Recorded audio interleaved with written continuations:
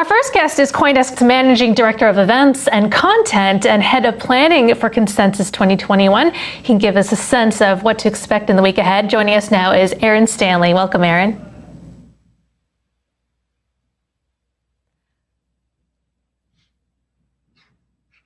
All right.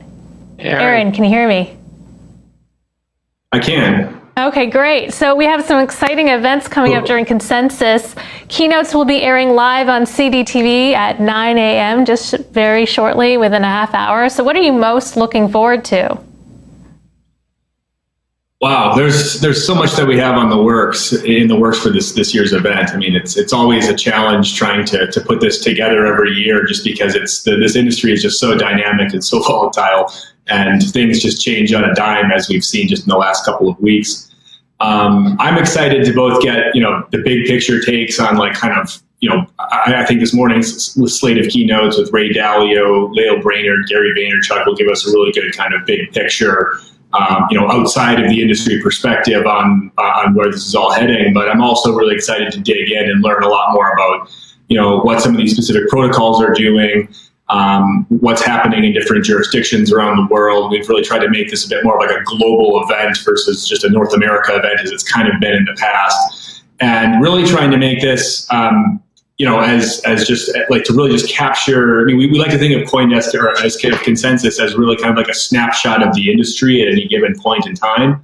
And I think this year's event will end up being that. I mean, I think we've managed to capture the breadth of everything that's been happening over these last few months and few weeks even. Yeah, you have an impressive lineup of guests. Aaron, you have all these tracks going on right now. You have all these tracks in Consensus. Somebody coming in, they're seeing all these things going on. How do they know? How do they break it down? How would you break it down for somebody coming in? What are these tracks? What does it mean? How should they look at this when they're logging in and starting to watch all these programs? Sure. So the way we've broken it out is into what we're calling explorations. So each day will contain 3 explorations, which is like basically a mini track of 3 hours that's focused on some meta theme of some sort. So the expectation is not that people are going to sit and watch 4 days nonstop worth of content, but that they'll be able to pick and choose, kind of what's the content that's most interesting for me. So if you're really interested in China, we have a whole exploration just looking at China. If you're really interested in institutional kind of crypto asset management type stuff, we have a whole exploration just on that. If you're interested in more kind of, even like CBDCs, we have an exploration looking at CBDCs with some great speakers there.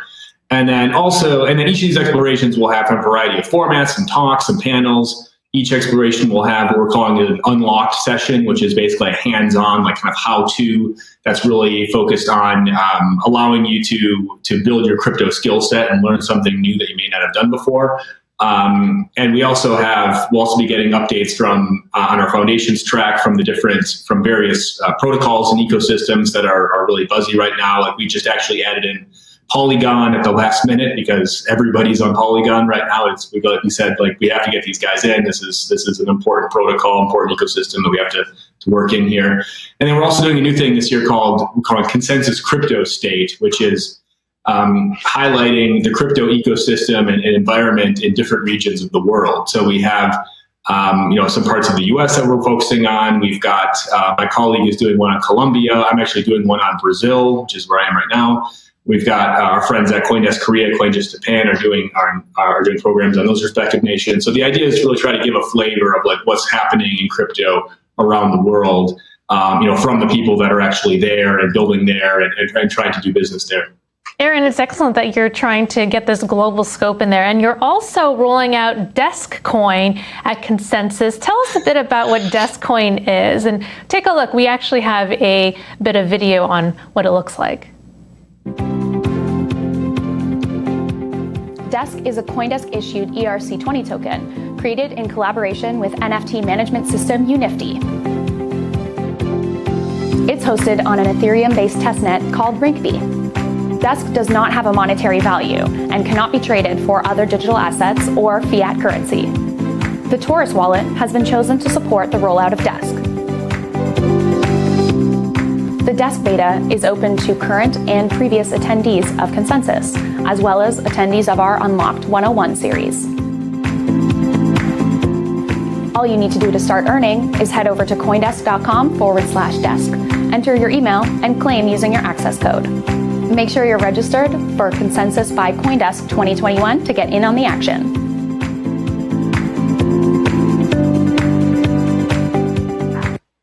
Very cool app. So, Aaron, give us a bit of the background story, and then tell us what you can do with Deskcoin at Consensus. Yeah, so I actually have to give credit for this idea to Bradley Miles from Roll and the team at Roll, who are one of the social token platforms. He was one of the first who kind of seeded this idea with us. But so the idea is we realized early on we're going to be going into year 2 of doing a virtual consensus, which is not optimal. But we said, we have to find a way to kind of make this more interesting, engaging for people. People have some fatigue, and with virtual events, you're basically competing with everything else for competing for people's attention with everything else that's on the internet at any given point in time. So you have to find some way of kind of trying to reward, incentivize people to participate.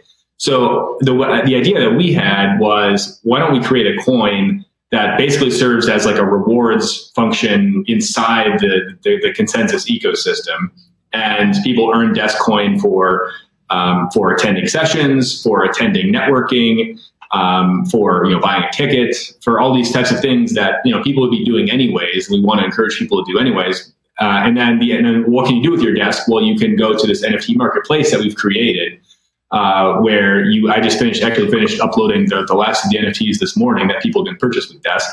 So we've got a series of kind of fun moments of crypto history where we've gone back to the Wayback Machine and clipped CoinDesk coverage of certain events. We have from way back from 2013 when Coinbase raised $25 million.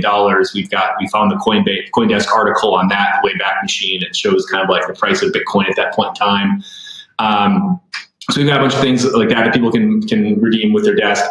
And we've also got kind of fun experiences, coffee with Barry Silbert, with Michael Casey.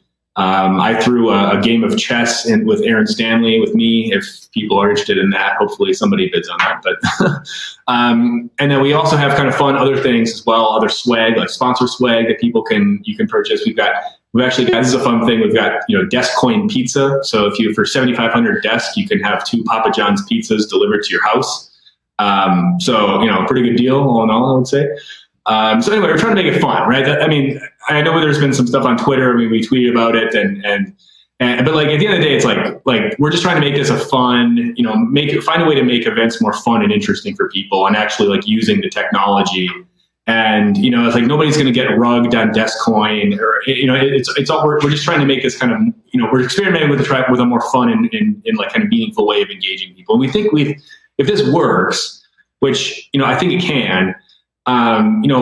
This is something that, within 3 to 5 years, this could, every event in the world might be using something like this, if this work, if we can find, if this ends up working as it could. So I think there's a real innovation. We're trying to make this a fun thing, but I think there's something real here that we're tapping into, and we want to kind of, this will be a really, really critical learning experience just to see, what works, what doesn't, how do people respond to this? Does this actually incentivize people to, pay more attention in sessions, or engage more in networking, or engage more with sponsors, or things of that nature. So these are all kind of the data points we're trying to collect off of this, but we think there's something fun here, that it's a fun way of using the technology, getting it in people's hands. We've designed it so it's really easy to use. You don't need to set up a MetaMask account or anything. Yeah, you can't set up a Uniswap, pool. We've tried to make it we've literally set it up with the intention of, this can't be, you can't, we don't want their users to have to pay gas fees on these transactions, right? Because no one's going to pay $200 for a Barry Silbert NFT or something, right? We can't have. Don't be so sure. We set it up. Well, maybe they will. Stranger things have happened in the cryptosphere. Yes, that is true. But the point is we've tried to make it as easy as possible for people. So people who have never maybe opened a wallet before, maybe they've never actually transacted with a cryptocurrency before, they've never bought an NFT before. We wanted to make it as smooth and easy as possible for people to use. So anyway. Aaron, just a question. You've been doing this for a while, and Consensus being sort of like the big industry in the big event in the crypto world kind of represents what's happening in crypto right now. And so like in 2018, Consensus was just like a total crazy, I don't know what it was, right? And then last year, the market was kind of dead, and so things were a little bit more muted. And then this year, what's the vibe this year? Like what is the vibe of the event that kind of represents what's happening in the larger crypto world? That's good. I honestly, I think it's just, our mandate has always kind of been to be like sort of the big tent event, right, of the industry, where we don't necessarily have like a tribe that we're affiliated with, or, and every year it just seems like the tent just keeps getting larger and larger and larger and larger. And I think this year, if you go back to 2018, and if someone were to say like Ray Dalio is going to be speaking at a crypto conference, like you'd just be laughed out of the room, right? Or like Lael Brainerd, like that would be insane to even suggest that, right? So I think this year it just, I think it really just speaks to the extent that like we have before we were always, in previous years, we were always kind of this weird kind of fringe at the, we were like, hey, like, pay attention to us outside world. Like we're crypto, we're doing cool stuff. And we're trying to sort of, sell people on our narrative and like, hey, this is a real thing. It's not just some weird, internet money. It's like, this is a real thing that you should pay attention to. And this year, like we've become the conversation. We are the conversation now. So it's been a real just flippant mentality from, we're out here trying to sell ourselves as an industry to, okay, like everyone's coming to us now and we need to just provide the best kind of education for these people as we can to get them, up to speed on what they need to know. So that's been kind of the flip in mentality of how we've gone about programming this year.